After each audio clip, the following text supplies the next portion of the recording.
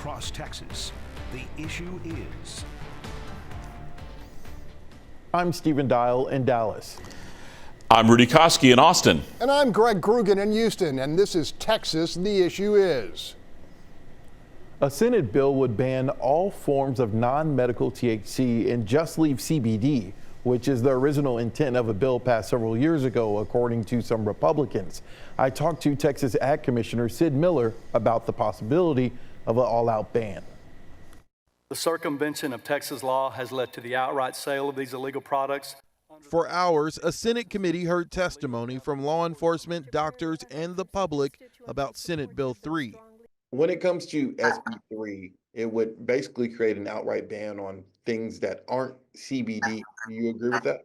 Basically, it's just putting it back the way we intended to begin with. We didn't intend to have recreational marijuana.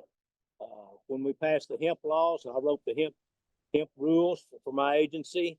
The Delta 8, Delta 9 didn't exist, so those have come along afterwards.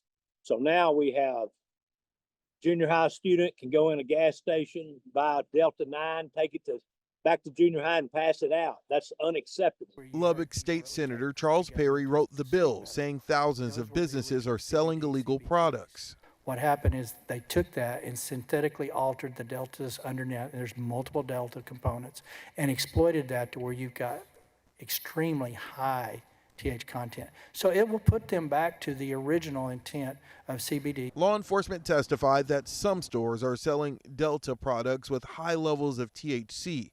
We spoke to Texas Ag Commissioner Sid Miller about the bill and the impact it would have if passed. Do you think it will conflict with federal law? We're not going to conflict with federal law. What we're trying to do is parallel and mirror federal law. Everything in the legislation currently follows federal law. What's outside the law is possibly the Delta 8, Delta 9 loophole. What makes you have pause to say that this is vital legislation that needs to happen?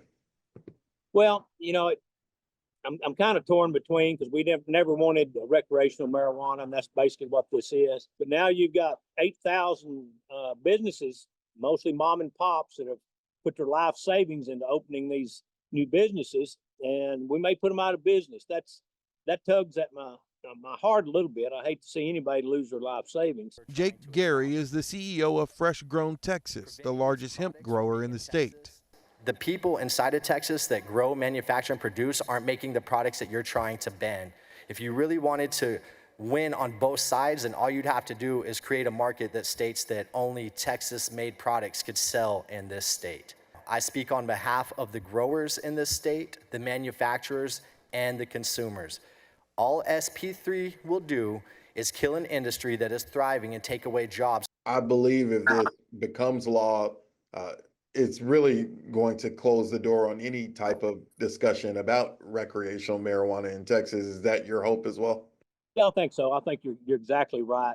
Legislature never intended, to have recreational marijuana. So they're just kind of reeling it back in, putting it back to status quo.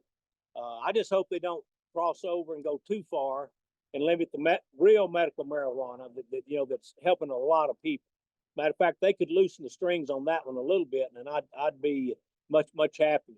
I'd rather get bureaucrats and politicians out of people's medication and let the doctors and patients prescribe that to the patients as they see fit. That would be the ultimate freedom right there. So my one word to describe that is precursor. Rudy, what's your one word? Stephen, I think we all can agree the original law certainly got gummed up. So I'll go with gumbo. Not gummy. Greg Krugen, what's yours? Stephen, a tough one. I'll go with stoned, and in more ways than one. The Fox Texas Trio will be right back after this break. And we are back. Now, you've seen them probably on nutrition shop stores in your neighborhood or at a gas station like Sid Miller, the Texas Ag Commissioner, mentioned, or just different places. You've seen Delta 8 signs, Delta 9 signs, and the legality has been political football. Greg, a lot of businesses, I've talked to some of these businesses here in North Texas, that's now a majority of their sales. Now, that wasn't the intent of the law, but we're where we are now, and there's 8,000 stores statewide. Do you think we're going to see a lot of doors closed if this passes? Stephen, Governor Greg Abbott likes to promote our state's capitalism-friendly environment by declaring Texas is open for business. But with SB 3, that open door to profitable commerce will close almost as quickly as it opened for the purveyors of synthetic weed, because that's what it is. And those who partake do so for its intoxicating effect. Is anybody surprised that slinging Delta 8 and the like has become an $8 billion a year industry with 8,000 plus retailers in a state where more than 6 out of 10 Texans believe recreational marijuana should be completely legal for adults to consume anyway? To your question, of course the mom and pop shops would shutter en masse when they can no longer offer the intoxicants customers have come to expect. My guess is they knew the risk. Whether it comes to that pretty much depends on the House and the prospect of finding a handful of libertarian-minded Republicans willing to buck the lieutenant governor and join with Democrats to keep the buzz business legal. The House definitely does have a shot at basically sinking this and leaving things in the air, so to speak. Rudy Koski, what are you hearing in Austin? Yeah, I like what Greg just said, buzz. That should have been my word. I didn't think about that, but I'll stick with gumbo. The big argument I'm hearing here in the Austin area, it's coming, mostly from the businesses that offer these hemp products. According to the budget analysis, if this shutdown does happen, the state would lose about $20 million in tax money between 25 and 27. Some lobbyists who I've spoken to, admit, the businesses just went too far, saw a crack in the door, and busted that legal door open. Now they're having to do some damage control, pleading with state lawmakers just to scale back this crackdown, not a full and total crackdown. They know that's going to be really tough and a very hard sell. You got to remember, as Greg mentioned, the original bill was to help local farmers to develop a new fiber production industry, not a gummy bear industry, and not where coffee shops are pumping hemp derivatives into their drinks, as well as products to smoke. Did I mention gummies? Yeah, gummies to eat, which is why my word was gumbo. Now, it's a big unregulated mess, like a big pot of gumbo. Yeah, I mean, Sid Miller talked about the intent was to just create another retail source for farmers, for growers, and this has kind of become the Wild West. Now, there's a separate bill to basically protect and kind of clarify some of the language when it comes to medical marijuana. But Greg, this definitely closes the door on recreational marijuana, the push in Texas, if it passes, right? Senator Perry clearly feels betrayed by the industry and its pretty apparent unwillingness to police itself. And the lieutenant governor feels pretty much the same way by making this crackdown priority legislation. And then there's those poll numbers I mentioned earlier.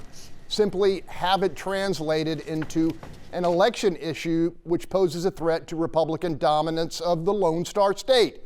Votes move policy, and the pro-smoke crowd isn't imposing anything near its potential influence on the process.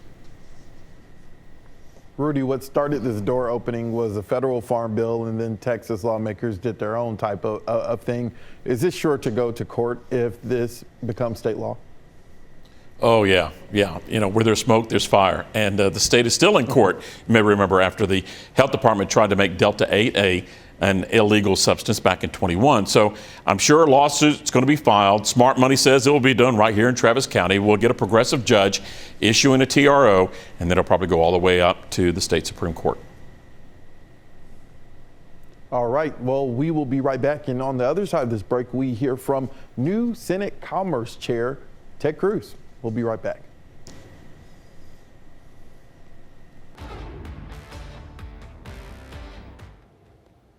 In this segment, we are taking a closer look at the Senate Commerce Committee, which is run by Texas Senator Ted Cruz. It involves everything from aviation to college sports to AI. I talked to the senator one-on-one earlier this week.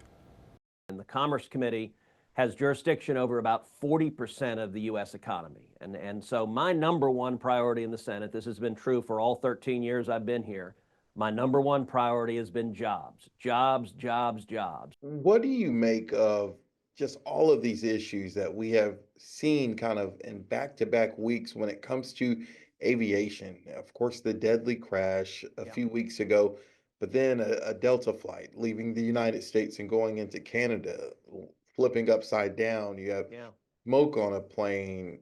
What do you make of these? Are you going to call for a hearing or any type of inquiry?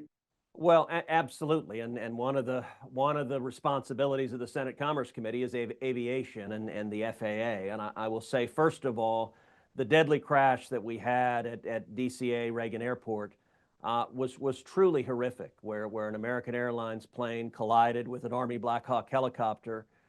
67 lives were lost that night in the worst commercial air accident in decades in the United States. One area that it is clear that we need to focus on, and that's a real priority for me, is modernizing air traffic control. You know, if you go to an air traffic control room, they're using literally 1950s technology. They're using radar and little slips of paper, and they're using floppy disks, which I guarantee if you ask your kids, they have no idea what a floppy disk is.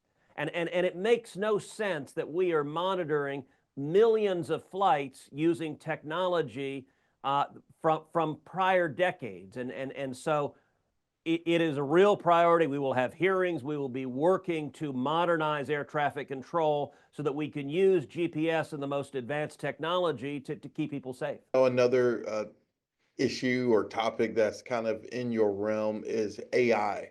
Yes. What concerns you? Well, I tell you, Stephen, I actually think AI was a sleeper issue in this last election. I think it was one of the most consequential policy results of President Trump being reelected and Republican Senate and House, is that we're going to see government policies that encourage America to lead the world in AI. Do you think AI still can open the door for misleading information getting out and some false information where we are at a time where, you know, people are believing things that aren't true?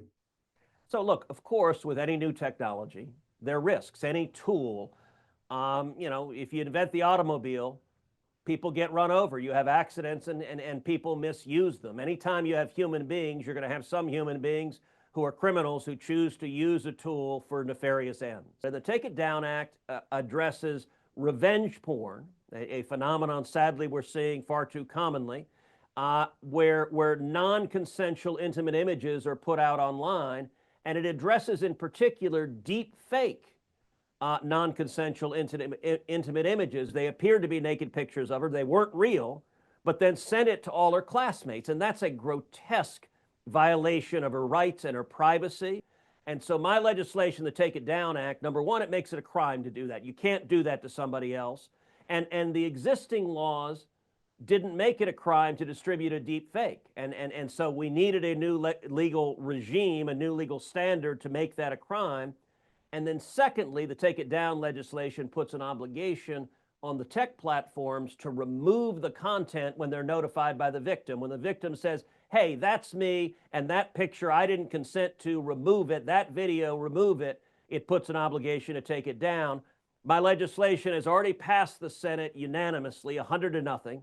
And I'm very confident we're going to move it through the House and get it passed, and we're going to put that bill on President Trump's desk to sign into law.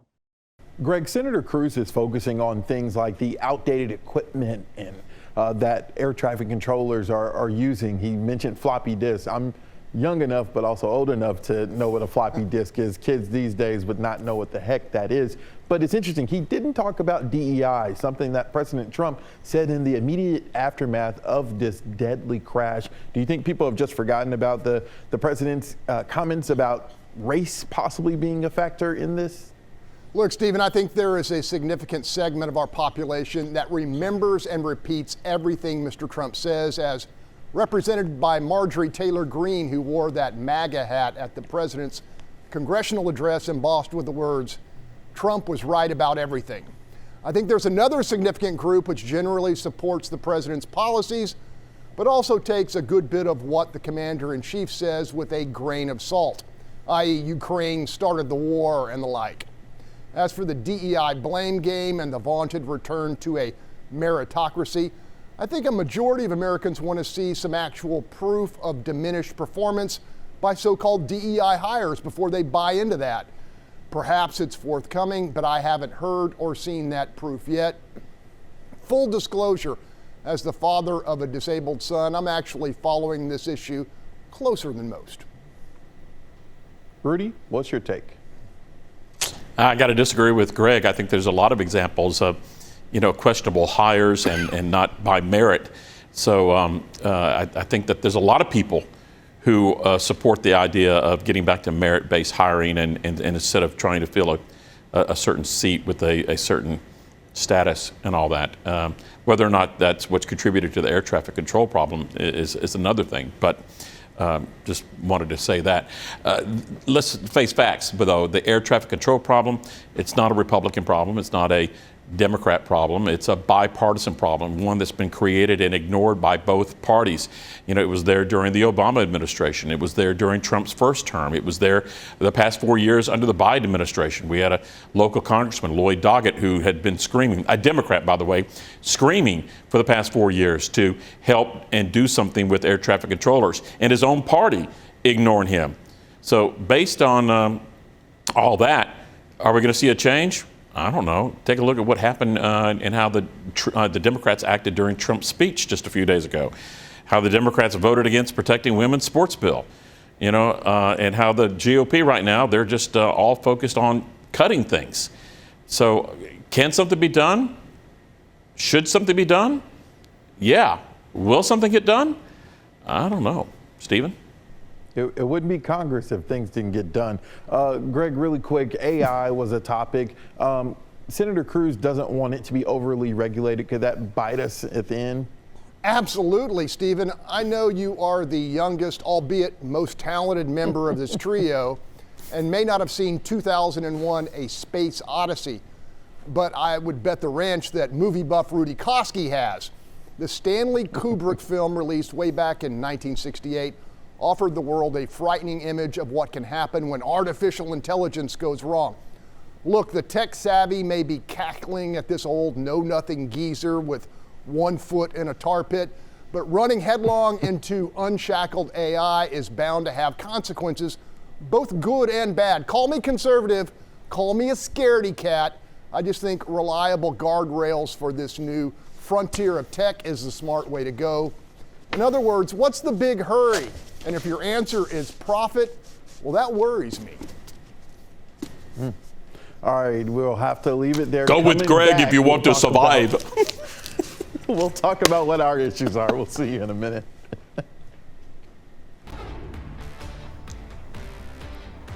All right.